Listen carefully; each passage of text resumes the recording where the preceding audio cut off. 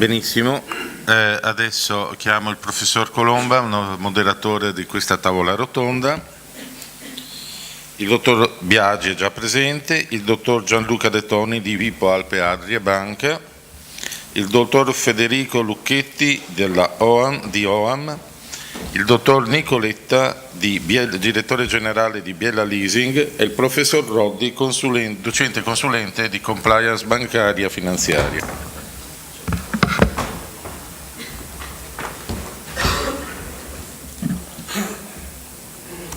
Grazie ai partecipanti. Gli spunti sono molti, sia dalla relazione del dottor Biagi sia degli interventi che l'hanno preceduta. Io di economia ne capisco veramente poco, sono sincero. Mi sono reso conto però nel sentire tutti i vostri interventi che gli ultimi anni e l'immediato futuro segneranno con ogni probabilità un percorso di evoluzione del leasing davvero molto rilevante. Il leasing probabilmente cambierà pelle. Ho ascoltato con attenzione le parole del dottor Biagi. Mi domandavo, qui prima di passare la parola ai partecipanti alla tavola di rotonda, vorrei ricoinvolgere Gianluca Di Candia, cui alla fine andrà un ringraziamento particolare perché ormai sta facendo tutto. No, per una semplice domanda, perché prima si accennava alla possibilità, ed è discorso periodico, viene fuori sempre, il superare la tipicità del contratto di leasing contratto atipico, leasing contratto innominato, sembra che ci sia qualche novità. Mi domandavo, ma non è proprio la tipicità del contratto di leasing che gli ha consentito di superare anche momenti di difficoltà di questo tipo e rinnovarsi, cambiare pelle all'esigenza e avere la possibilità di sopravvivere questo non è il primo periodo di grossa crisi che ha superato, anche proprio in virtù di una sostanziale inesistenza di norme che lo disciplinano, perdonatemi se... Sì, è vero, però è anche vero che questa atipicità ha consentito uno sviluppo al prodotto, ma è anche vero che da quando è nato, anzi quando è nato e quando si è sviluppato, non c'erano tutte le regole che ci sono adesso. Oggi come ti muovi? Oggi parliamo di, scusate sarò petulante, oggi parliamo di vigilanza equivalente alle banche, ma 10 anni fa non si parlava di questo, si parlava di, ad esempio, ponderazione di favore nell'ambito del leasing immobiliare, l'abbiamo perso, non c'erano tutta una serie di norme in materia, non so, di allocazione del capitale, oggi ci sono. Io adesso racconto un aneddoto, ma proprio per così smorzare un po' i toni.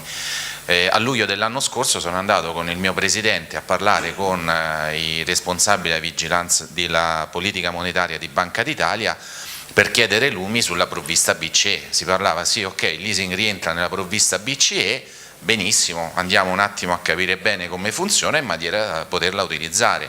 Poi è venuto fuori, e qui ci siamo trovati da soli rispetto a tutto il mondo degli operatori all'estero, e ci siamo ritrovati che anche gli intermediari finanziari vigilati facenti parte dei gruppi bancari italiani non avevano la possibilità di accedere alla provvista BCE.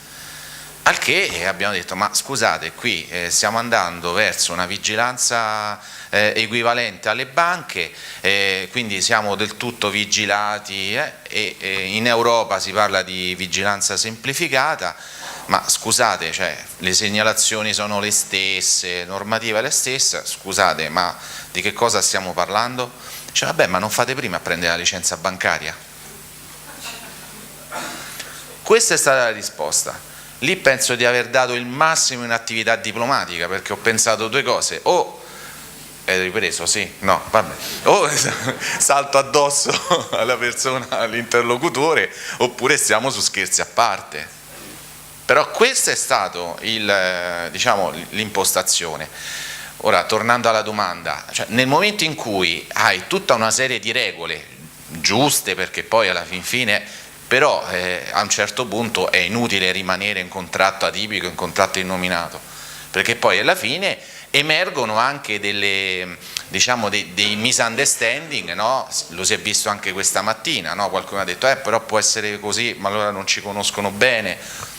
Allora, nel frattempo adesso è importante mettere dei pochi ma chiari puntini, poi starà a noi. Ti ringrazio.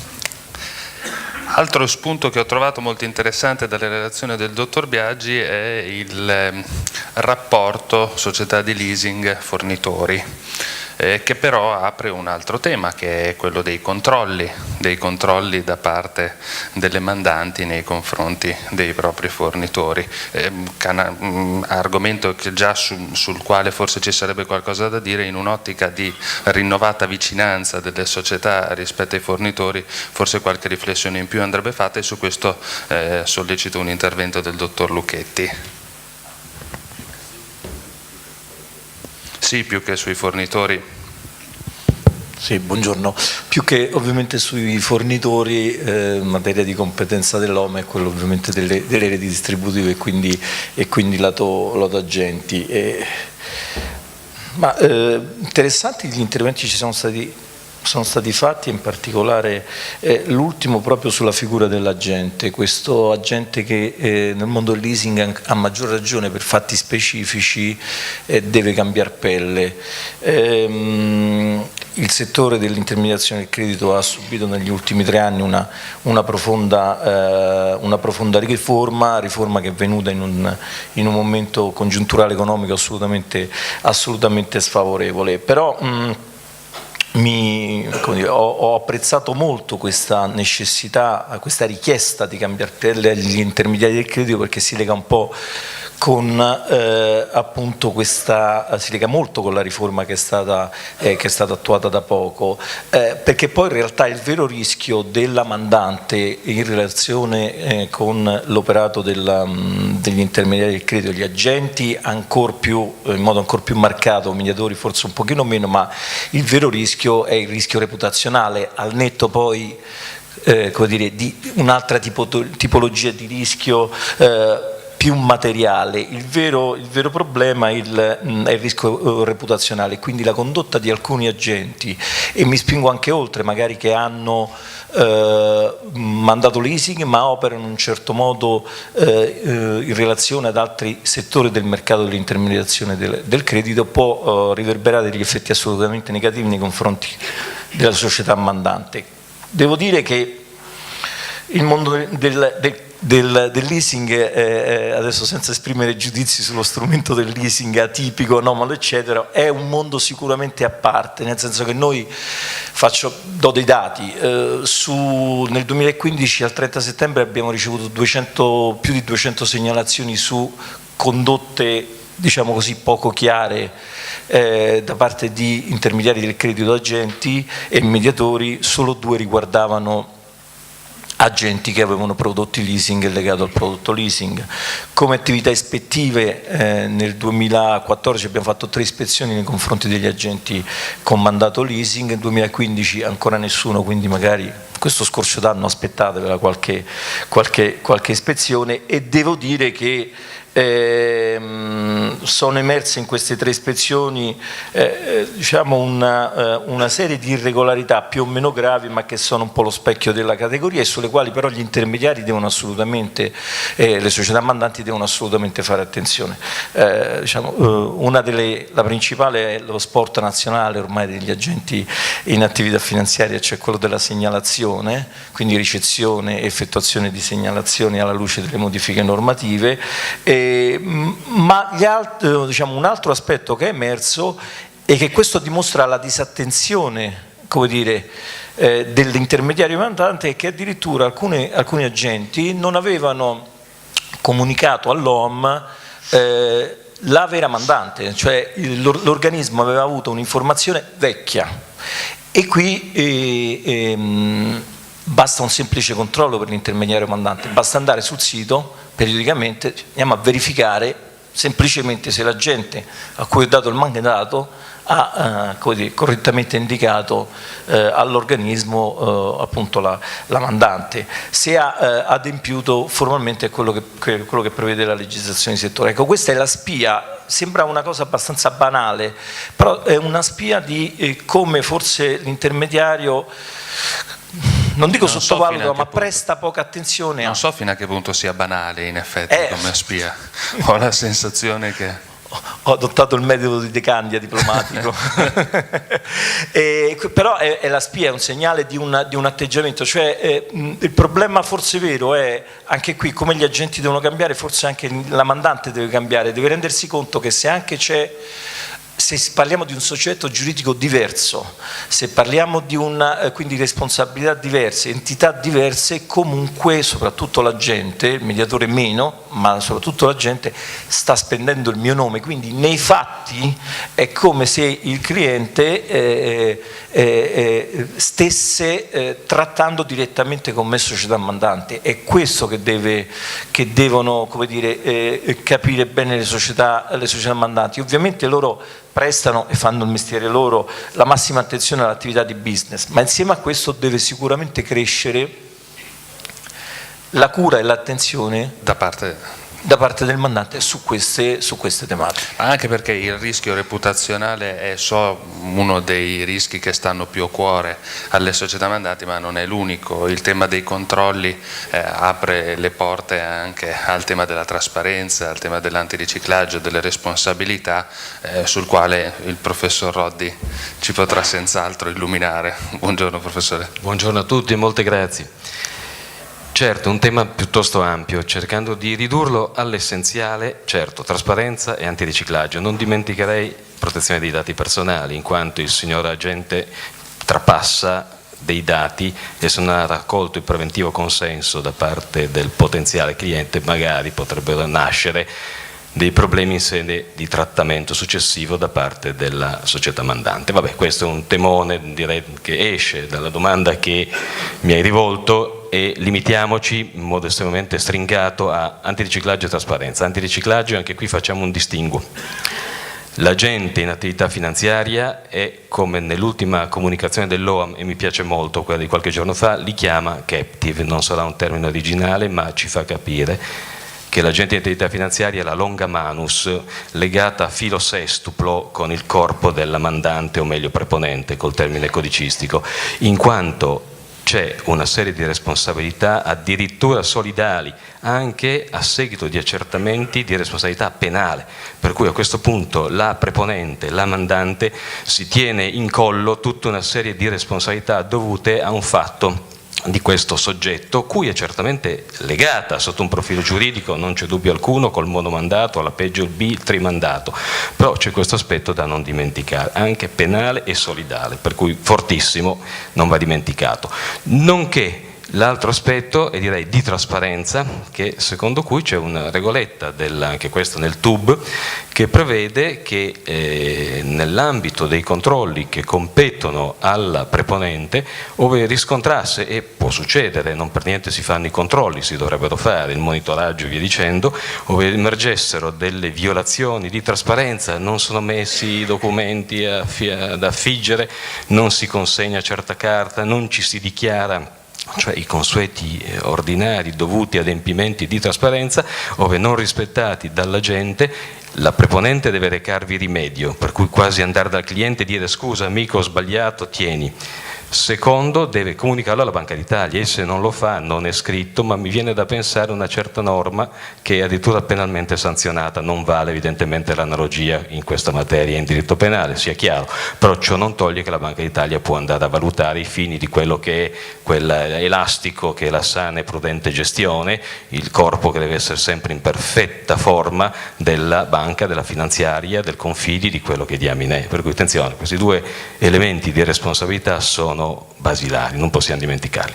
Sul mediatore creditizio, giustamente il dottor Lucchesi l'ha fatto notare, La tipologia di responsabilità è un pochino diversa, atteso il fatto che il mediatore creditizio è una navicella indipendente che va per il mare, una persona giuridica con fior di regolette sue di tipo di controllo e non solo di controllo. Questo è proprio il minimale, i connotati, i denti che si prendono dal morto nell'esame, e da lì capisci chi è questo sconosciuto e risali tutta la famiglia.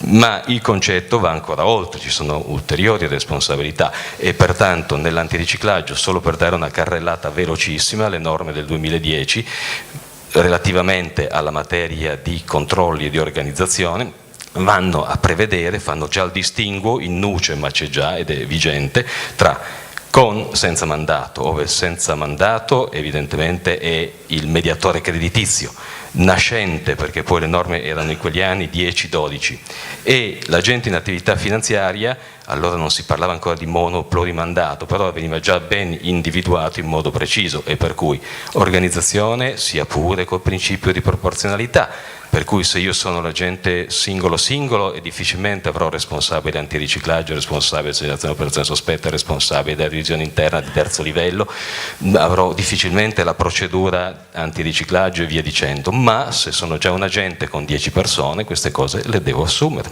devo prenderle. Circa il mediatore creditizio queste regolette sono consacrate e direi molto più fisse, evidenti, perché è una società addirittura di capitale. Poi ci sono le regole formatesi nel corso degli anni successivi che evidenziano tutta una serie di obblighi e dell'agente e del mediatore, specie del mediatore, recentissime regole di controllo ormai dell'anno scorso e via via arricchite e approfondite dall'OAM in questi ultimi tempi, e questo è lo scenario di riferimento. Come riverbera nei confronti delle proponenti o delle mandanti? Riverbera come? Con un profilo innanzitutto di rischio reputazionale, ma qui siamo nel rischio operativo, c'è tutta una sua importante conseguenza, ma poi c'è anche un rischio di danno patrimoniale, perché se il signor agente commette qualche nefandezza, io preponente avrei perlomeno dovuto controllare, e se non l'ho fatto vengo incontro a delle responsabilità, e comunque la mia nomea è messa in dubbio e ci possono essere dei danni. Questo è uno scenario che non vuole essere certamente terroristico, è quello che è, ahimè, de iure, non dico de facto, de iure la situazione quale si trova adesso, con tutta una serie di ricadute e di accorgimenti operativi per recarvi rimedio, con obblighi, oneri di tipo organizzativo, di tipo preventivo, di tipo repressivo da parte della preponente, della mandante avvertita, che non è detto che sia dimentica, basta che d'ora in poi ponga in essere queste attività per potersi attrezzare, non tanto per il mero principio che già di per sé sarebbe buono di conformità alla legge, quanto piuttosto di non mettere se stessa a rischio di commettere delle violazioni di legge e di andare incontro a dei reati o anche soltanto a delle sanzioni amministrative pecuniarie pur sempre deprecabili. Questo è un quadro e ahimè ho debordato, ho detto fin troppe cose, ma è appena un abbozzo. Grazie. No, ma la sensazione è, dopo la luce della speranza nell'evoluzione poi si parla di controlli, di responsabilità penali, civili, amministrative, e mi domandavo, ma quanto l'attuale regime di controlli, che poi è rappresentato da norme a volte condivisibili, a volte da cavilli anche difficili da comprendere, se non addirittura da applicare, ma quanto questo attuale regime di controlli possa influenzare negativamente quello sviluppo e quel cambio di pelle che il leasing sta cercando di compiere per sopravvivere e rilanciarsi. Dottor Biagi, posso richiederle un suo intervento? Ma è chiaro che questo meccanismo di controlli, che ha una sua pesantezza economica, perché voglio dire, tutto quello di cui si parla poi ha impatti economici, ha reso il leasing in Italia quello che abbiamo visto prima. Non è l'unica causa ovviamente, però è una concausa piuttosto rilevante.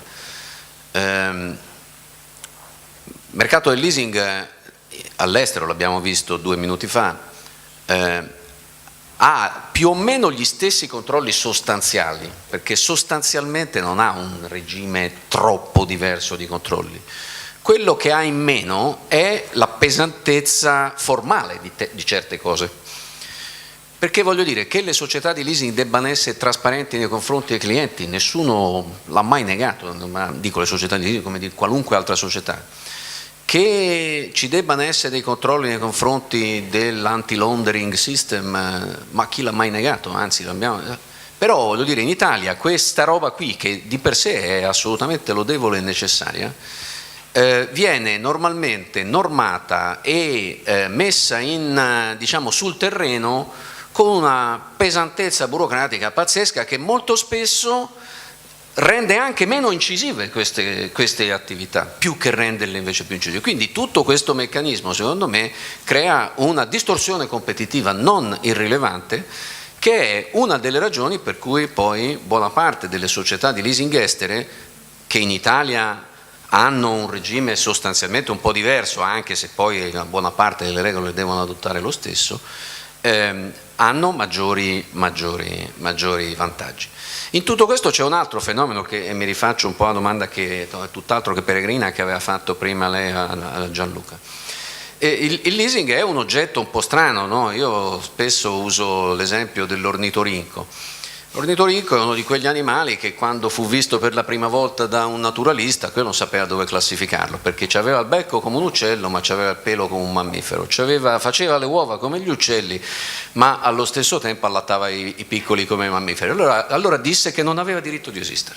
Il primo naturalista che lo vide disse non c'è. Poi quando fu punto l'ornitorinco e morì quello naturalista lì, perché voi sapete l'ornitorinco è pure velenoso, allora cominciarono a prenderlo sul serio.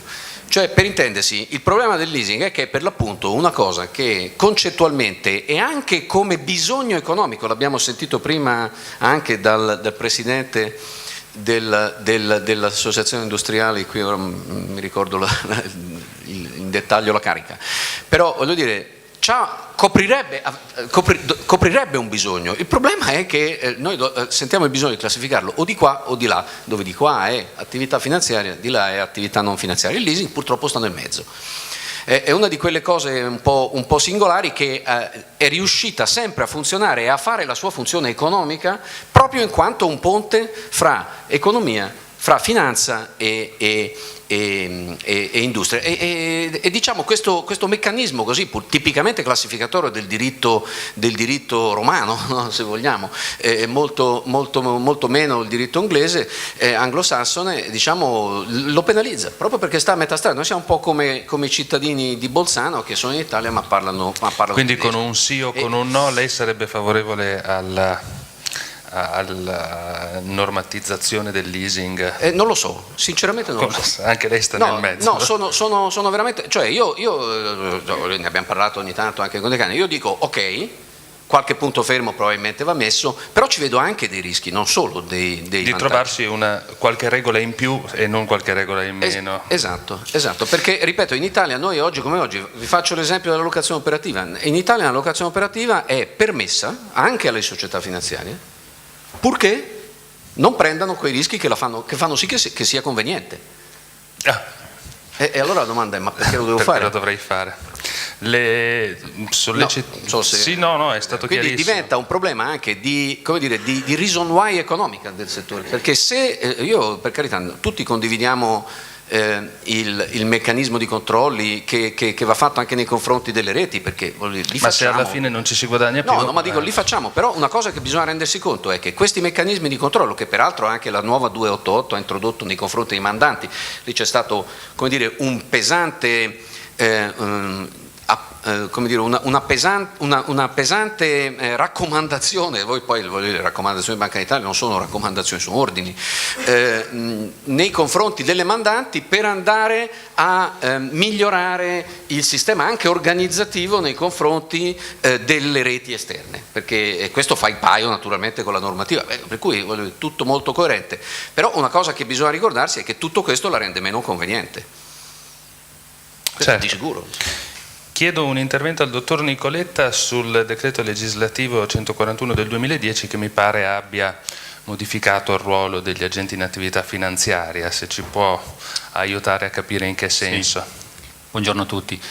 Credo che innanzitutto per analizzare i cambiamenti che il 141-2010 ha portato al ruolo degli agenti, dei mediatori, vada valutato un po' il contesto in cui è stata varata la norma e poi applicata.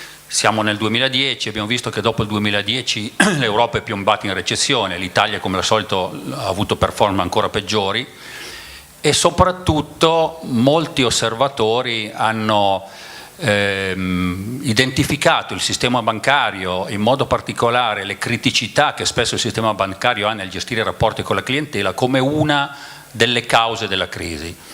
Questo lo sottolineo perché secondo me una delle evoluzioni migliori che la normativa, che sappiamo ha introdotto il monomandato per prodotto, ha dato la via all'OAM, ha inserito il principio di responsabilità, gli obblighi formativi. Ecco, dicevo, uno dei risvolti maggiormente positivi è il fatto che la percezione degli agenti in attività finanziaria nei confronti della clientela è migliorata, nel senso che i rapporti si sono chiariti, l'approccio è più trasparente, più chiaro e soprattutto c'è un'immediata identificazione dell'agente con la società mandante. Questo ovviamente inserisce e dà importanza, come hanno già detto chi mi ha preceduto, ai controlli, alla capacità organizzativa della società mandante. Posso intervenire giusto per chiederle sinteticamente di dire alla platea quali sono i punti centrali del decreto legislativo 141/2010? Credo che siano abbastanza noti a tutti, comunque direi che quelli centrali sono l'introduzione del monomandato per prodotto, sono l'introduzione del concetto di responsabilità, sono l'obbligo dell'iscrizione all'OAM e sono gli obblighi formativi che sono stati introdotti. Ovviamente tutto ciò ha comportato un cambiamento organizzativo da parte delle società che hanno deciso di avvalersi di questo canale agenziale e ha modificato i rapporti tra società mandanti e agenti, portandoli secondo me da una collaborazione a volte occasionale a qualcosa molto vicino a una partnership, quindi con un coinvolgimento sia nell'operatività sia a volte nelle politiche distributive molto più forte, con uno scambio informativo reciproco molto più significativo. Io ritengo che nel complesso la normativa abbia portato a un miglioramento qualitativo della categoria degli agenti, dei mediatori, un miglioramento qualitativo sotto l'aspetto... Non ne ha ridotto l'utilizzo? Allora sì, le scelte poi ci dicono che ne ha ridotto l'utilizzo, però dobbiamo capire se questo è un fattore positivo o negativo. Le scelte strategiche di molti operatori, come abbiamo visto adesso, hanno portato a una forte contrazione dell'utilizzo degli agenti, innanzitutto non in tutti i canali, perché abbiamo visto che per esempio il canale dell'auto ha una tendenza diversa rispetto all'immobiliare e rispetto allo strumentale. Sul retail... Però ha introdotto anche un'altra cosa che è positiva e non so se dipende solo dalle riforme normative o se dipende anche dalla congiuntura, dal restringimento del mercato. Ha prodotto selezione e ha prodotto una necessità vitale di migliorarsi dal punto di vista professionale. Questo secondo me ci dà un'opportunità. Abbiamo visto che le vie virtuose che l'Europa percorre prima di noi sono importi più bassi, maggior specializzazione, meno immobili, più auto. Credo, e qui lancio così una riflessione, che forse il momento di fare una rivalutazione sulle scelte che quasi tutto il sistema ha fatto. Lo dice una società che fa parte di un gruppo bancario ma si avvale dell'80% di agenti. Forse abbiamo un'opportunità di fronte a noi, forse abbiamo l'opportunità di ottimizzare le nostre reti, di diversificare i nostri portafogli e di andare un po' verso quella ricerca di redditività che abbiamo visto in questi anni essere sicuramente uno dei problemi, anzi il problema con la P maiuscola del nostro settore. Dottor De Toni, l'importanza della certificazione. Ci può dire qualcosa? Penso che abbiamo già avuto ampia testimonianza rispetto alla dinamica di questo mercato. Vi posso portare un numero, ad esempio sui mediatori creditizi siamo passati da 9.600 circa operatori a circa 300, quindi questo dà una dimensione del fenomeno. La selezione di cui parlava prima il dottor Nicoletta è stata una rarefazione totale e quindi questo certifica già che sicuramente l'attenzione del legislatore e del mercato verso questa attenzione del consumatore è assoluta. Quindi oggi direi che siamo addirittura in un eccesso normativo, un eccesso di attenzione nei confronti della tutela dell'acquirente, del cliente, tale per cui oggi probabilmente forse dovremmo, come diceva il dottor De Candia, liberare da questo tipo di lacciuoli il mercato, che altrimenti rischia di essere soffocato da una burocrazia che oggettivamente è troppo pesante. Sicuramente io oggi verifico che il miglioramento della qualità del rapporto cliente leasing è assoluto, quindi abbiamo visto in passato situazioni, anzi direi che l'anomalia e il fatto che parliamo di un contratto atipico ha accentuato la tutela del cliente in questo senso, e quindi forse oggi l'attenzione è stata più spasmodica rispetto al sistema bancario normale, fermo restando che ormai questi canali, adesso compreso il mediatore creditizio che ha tutta una serie di normative, formazioni, attenzioni, di fatto viene omologato a quello del canale bancario, per cui quello che diceva poi il professore, addirittura questo legame a doppio filo tra l'agente e il mandante che è assoluto, di fatto quasi annulla la figura dell'intermediario, perché di fatto abbiamo a che fare con la società direttamente in sostanza. Anche per cercare di recuperare un po' di tempo, io, se mi permettete, eviterei di fare un secondo giro di tavolo e piuttosto lascerei la parola alla platea, casomai ci fossero delle domande o degli spunti di riflessione su quanto abbiamo detto finora. Fabio, ti vedevo, dottor Picciolini. Aspetta che arriva il microfono, alla tua destra. Sui mediatori credo... Però aspetta perché spento. Adesso è acceso. Credo che sia fondamentale ripartire da un punto nodale per capire nel leasing, ma in generale nel credito al consumo, come utilizzarli. Una delle battaglie che si fecero, e sinceramente anche come associazione dei consumatori eravamo d'accordo, è se il mediatore o l'agente potesse fare consulenza. È stata vinta il discorso che possa fare consulenza. Consulenza significa specializzazione, significa esame fatto in una certa maniera, significa, per esempio ho colto, c'è il dottor Lucchetti che lo sa, ho colto con molta soddisfazione il fatto che adesso la prova finale la fa l'OAM e non la fanno le varie società di formazione nate appositamente in Italia. Quindi questo secondo me è un discorso importante, ed è anche importante che le società di leasing in particolare utilizzano più agenti rispetto ai mediatori. Per me questo è un aspetto estremamente importante, perché appunto al di là della responsabilità, al di là del nesso che c'è fra mandante e agente, è possibile appunto muoversi meglio sul discorso della specializzazione e della consulenza. Però il dottor Biagi ha fatto delle considerazioni estremamente importanti, se posso non è una domanda ma una considerazione. Le difficoltà che dà Banca d'Italia nell'attività di tutti i giorni degli intermediari. Le difficoltà? La normativa pesante. Cioè, dottor... ok. Però io mi domando, forse che vengo da quell'istituto, forse il mio problema è questo, e anche quello che diceva il professor Roddi, cioè la privacy, l'antiriciclaggio, quello che dice il dottor, la stessa normativa sugli agenti mediatori è più pesante di quella che prevedeva la direttiva 48, tanto per essere chiari. La privacy nostra è avanzata rispetto al regolamento europeo che speriamo approvino a dicembre.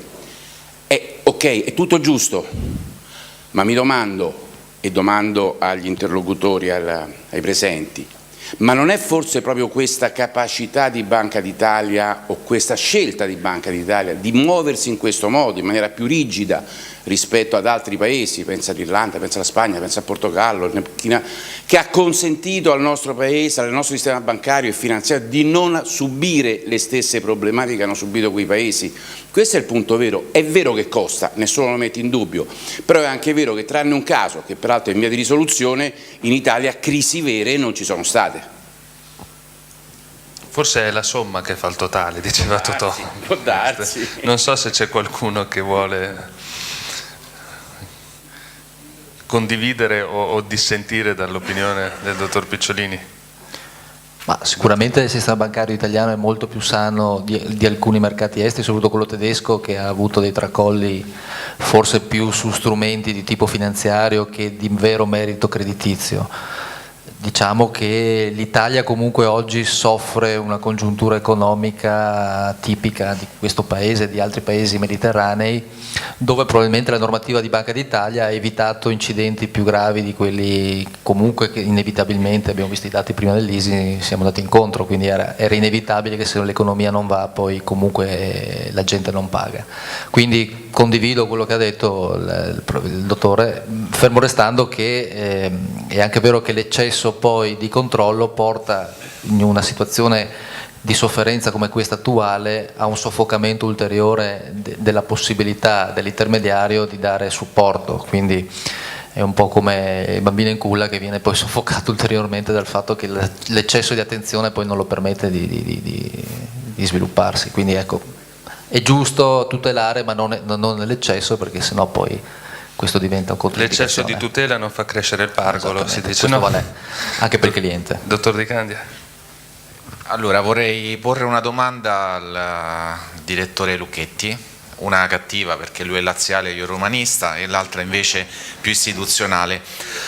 Allora, la prima sembrerebbe, uso sempre il condizionale, però visto che c'è un documento ufficiale che è già stato varato dal Consiglio dei Ministri, che porterebbe di fatto a superare il cosiddetto monomandato, e quindi che cosa cambierà e come cambierà, e magari ecco se ci può dare un attimo un overview di questa nuova normativa. E la domanda invece al laziale, ed è un punto fermo, i controlli. Allora, noi riceviamo naturalmente sempre come associazione di categoria diverse segnalazioni, no? Che poi lei sa che puntualmente giriamo all'OAM, ma alla fin fine l'OAM sta cambiando in qualche modo la strategia sui controlli, perché arrivano tante segnalazioni di soggetti, siano essi agenti o siano presunti mediatori, numerosi appunto di attività, soprattutto da chi non è iscritto. Che cosa vuole, che cosa intende fare l'OAM su questo punto? Sì. Allora, sì.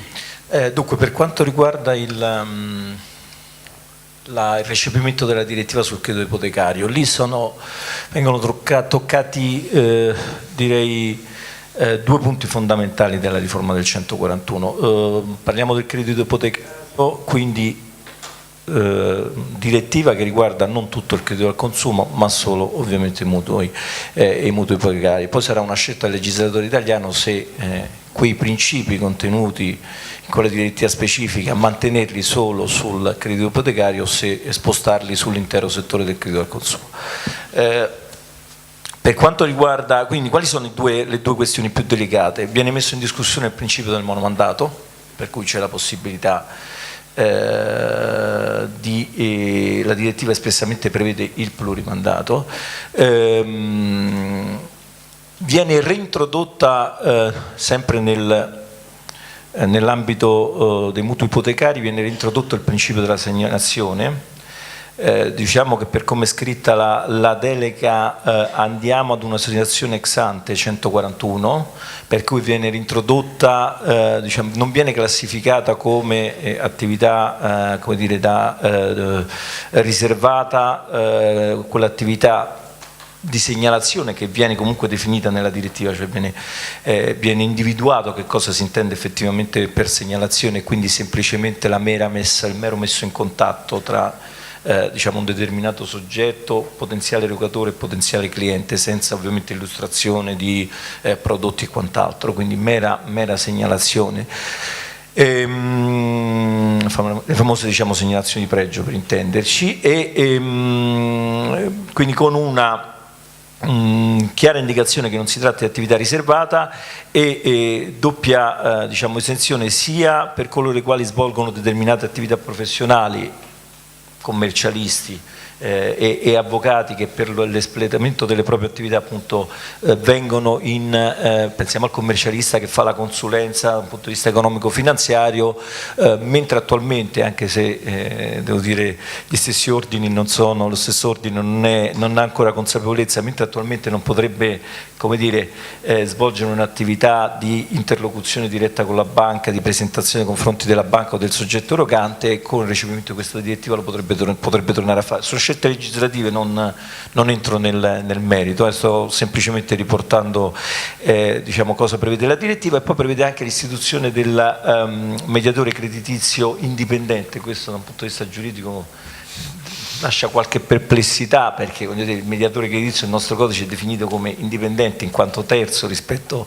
alle due parti che mette in contatto, ma in realtà credo di capire che insomma si tratti più che altro dell'attività di vera e propria consulenza, quindi mutuando un pochino i principi, diciamo, le stesse figure professionali che ci sono nell'ambito prettamente finanziario, promotore finanziario, consulente finanziario. E qui invece in questo caso prevede l'istituzione di questa nuova categoria, immaginiamo con un'iscrizione all'organismo in una sezione ad hoc, come avviene per gli agenti dei servizi pagamente attualmente. La domanda sui controlli, quella da laziale, la domanda sui controlli. Arrivo subito, scusi solo un secondo solo. Sì, l'ultimo punto però importante da un punto di vista del sistema è che reintroducendo il plurimandato, reintroducendo la segnalazione, ecco, forse è il caso di fare qualche riflessione sulla figura del mediatore, perché vedo che lo spazio si restringe in maniera enorme, considerati i costi che il mediatore deve sostenere, persona giuridica, controlli, 3 livelli di controllo, eccetera, eccetera. Qual era la domanda a cui rispondo con più piacere? Qual era quella dei controlli? Ma dunque, allora, distinguiamo un attimo i controlli, parliamo di controlli su attività abusiva o di controlli su iscritti? Questa è la specifica, perché alla fine mi ha fatto un riferimento ai non iscritti. Allora, per quanto riguarda i controlli sui non iscritti, quindi attività abusiva, do dei numeri crudi, così ci rendiamo conto, perché poi siamo in un sistema, come dire, nazionale che funziona in un certo modo. Innanzitutto parliamo di abusivi, noi non abbiamo poteri, non siamo organi di polizia giudiziaria, non possiamo andare a fare i controlli in casa. Ovviamente ci arrivano delle segnalazioni con documentazione a volte, altre volte senza diciamo, alcun elemento, noi le valutiamo e facciamo l'unica cosa che in questo momento possiamo fare, e cioè l'esposto alla procura. Considerate che noi da quando è nato l'organismo, diciamo dal 2013 ad oggi, abbiamo fatto più di 200 esposti alle varie procure della Repubblica d'Italia. Sapete quanti, non dico quanti c'è stato rinvio a giudizio, o su quanti di questi esposti ci risulta, poi potrei dare un dato inesatto, ma ci risulta ad oggi svolta un'attività di polizia giudiziaria? 1, perché insieme al nostro esposto si sono concentrati tutta una serie di denunce, eccetera, querele. Non è che fate male gli esposti? Non è che fate male gli esposti, perché... No, qui il problema di fondo è un altro, adesso non voglio sostituirmi alla categoria, è che, come dire, il nostro sistema giudiziario forse è leggermente ingolfato, per amor del cielo. E tornando a quei dati statistici, anche se assolutamente parziali e statistici in senso relativo, che vi ho dato. Ha parato? Lui sì. Sempre, laziali si chiamano sempre alla grande. C'è qualche altra domanda o qualche altro spunto? Bene, allora ringrazio di cuore i partecipanti.